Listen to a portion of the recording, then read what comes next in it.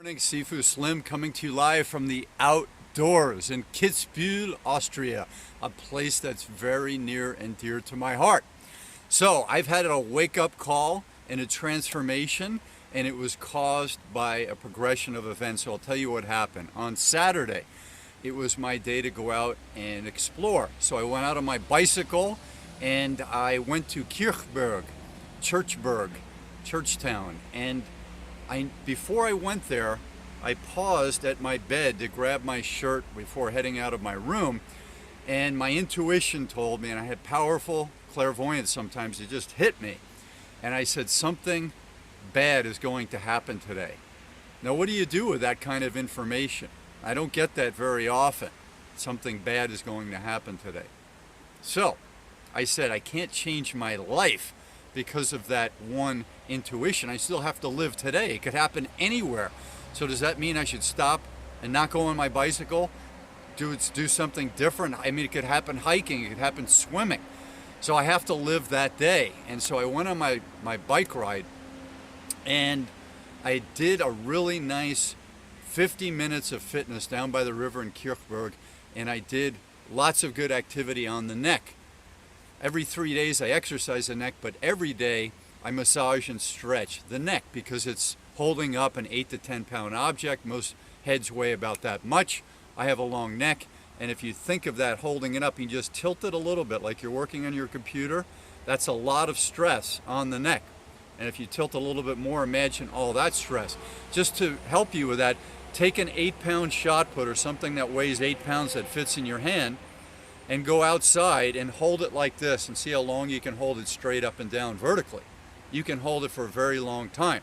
Now go out and try to hold it where you're just tilted a little bit.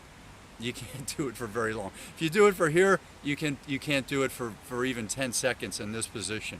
You can't, your body, your hand, your grip, nothing can hold that. So I did this exercise, and then on my way back I went through this farming area. I stopped by and saw what they were doing. I love farms. And then my way down there, I had in my mind, I was thinking about that farm and thinking if I maybe could volunteer for them. And while I just looked one look back at the farm, I took my eyes off the road for 1 second, and I found myself off the gravel bike path. It wasn't paved in this particular section. I took my eye off, and I found myself, when I looked back, I didn't even have time to scream. I was off the road, going down on a grade that turned out to be grass and gravel on my way to the river in Kirchberg. So the first path was on an angle like about that, and then further path that was about 2 feet wide, maybe a little bit more, 2.5, 3. It dips down into like a 70-degree angle towards the river, and there are saplings, bushes, and then the wall to the river, and then you're in the river. I wasn't going to fall in the river because the saplings and bushes were going to stop me, but here's what I did. So the accident went, and it was revealing. This accident revealed itself more to me. Today's Monday morning, and it happened Saturday at about 10:30, 11, somewhere in that area. And so it's revealing itself to me more and more because I had a little bit of concussion and I had a shock. So it's revealing itself to me. So I looked down and I saw that my bike front tire was in this little ditch type thing, not very deep and not very wide. It was about 2.5 times the width of my bike tire. And it was going into that, and I had no idea that was going to stop me, so I held on. I thought I could pull out of it. That was my attempt.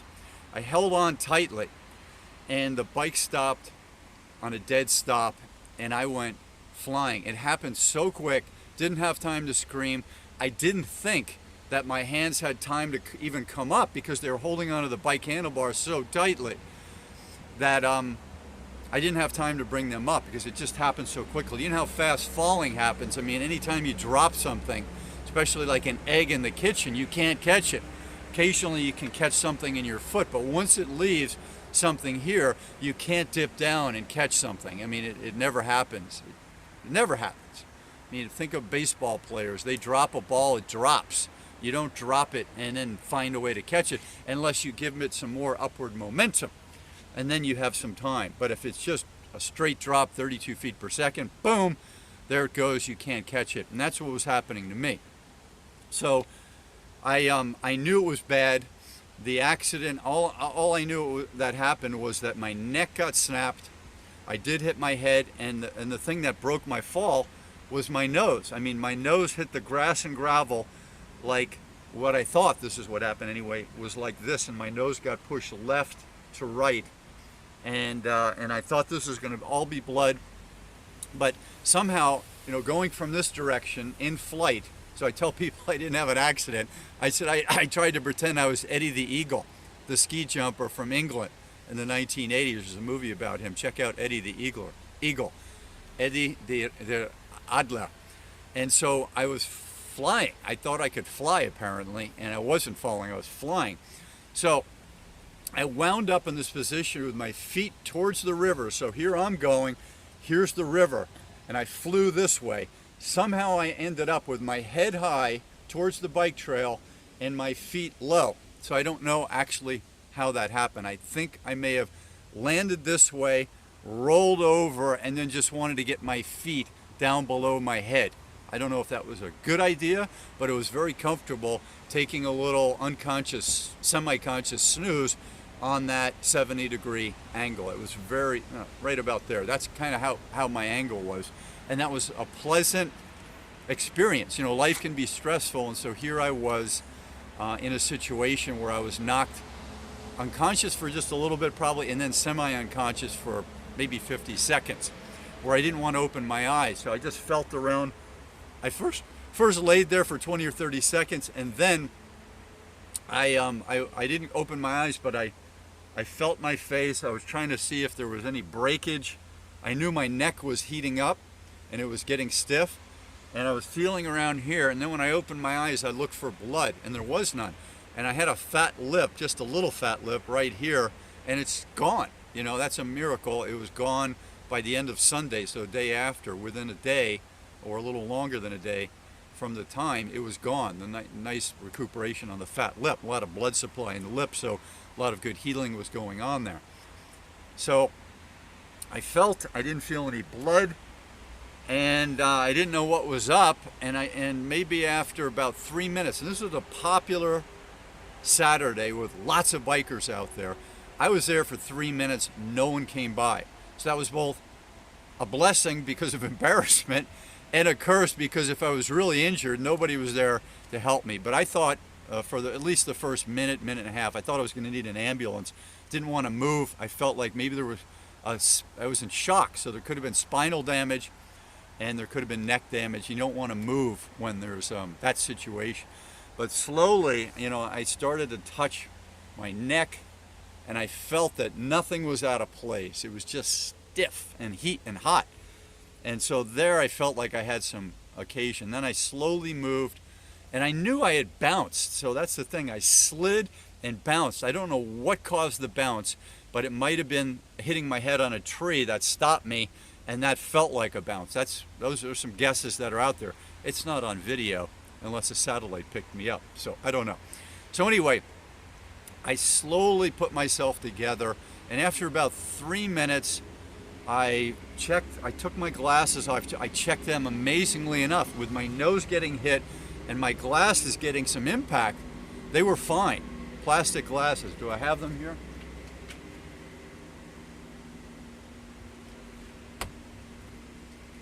There they are. Plastic glasses, kid ski glasses. They're fine. No marks. I soaked them rather than scrubbing them because there was turf and mud on them right in here.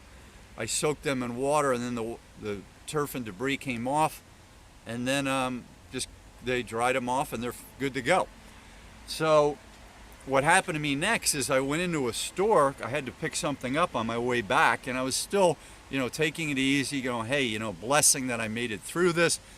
And it's my second bicycle accident in 30 years, so that's not too bad. And I have had a motorcycle wipe out going up a hill on a trail And a little bit before 30 years ago, 31 years ago, I had two motorcycle issues when I had one in Paris, a motorcycle in 85 and 86. So I had a couple of incidents there. Another video. But anyway, on a bike, only two accidents, and one was just falling in clips, you know, from a basic standstill, landing on my hand with gloves on it, and I was okay. Just a little silly incident at a standstill with clips, you know, toe clips. So this one was a biggie, but not as biggie as the Tour de France where they break things like collarbones and shoulders, dislocation, all that. But I thought that I was in big trouble in the beginning. Turned out to be better than I thought. And then I went into a big hardware store, like a Home Depot, but with all kinds of different furnishings and higher end stuff than Home Depot here in Kitzbühel. And I went in there, and on my walk in, this little girl, not too little, but maybe 11 or 12, and her father were walking by me. I was on my way in, and she looked up to me, and she was like, and he was looking at me funny, and I said, oh, maybe there's something going on here. So I stopped at the door, in the doorway, and I looked in the reflection, and I saw that I had a big patch of blood right here. So it was kind of wet, dry blood. So that's the first indication I had something. I took the glasses off, and I go, oh, the glasses were what made this cut right above my nose, which will heal, and I hope with no scars at some point. But if it has a scar, hey, it's a good story. So then I went home, took a shower. Well, before I got in the shower, I took off my shirt. My shirt around here. My shirt is right here. My rash guard. And my rash guard has some stains, some grass and dirt stains right there. Let's see if it has, oh, and it has some stains right here on my right side rib area. So then I went to the mirror and I looked and I went, ta-da, aha. And then I went, ta-da. Can you see that? I don't know if you can see that. Let's take a look here. Right there. So ta-da, something happened. So it turns out that my arms did shoot out in front of me off the bicycle handlebars, and I did go into a protected dive, but my head still, you know, is heavy, and that fall, when you're flying like through the air and then you fall, my hands came up and my head went down and I got the nose, so I didn't have a way to get my hands in front of my face quick enough to do something like that. But it turned out to be okay because my arm's not too bad, didn't break anything anyway, and it's a healing scar right there. And my nose doesn't seem to have any permanent physiological, you know, bone or cartilage damage from, even though, you know, getting a severe impact. So that's good news, and I think I fell the best way possible. I do think that I hit my head on the tree because I had just a little bit, but it wasn't at the beginning, it was at the end of the slide fall, and I had my hat on. Do I have my hat here?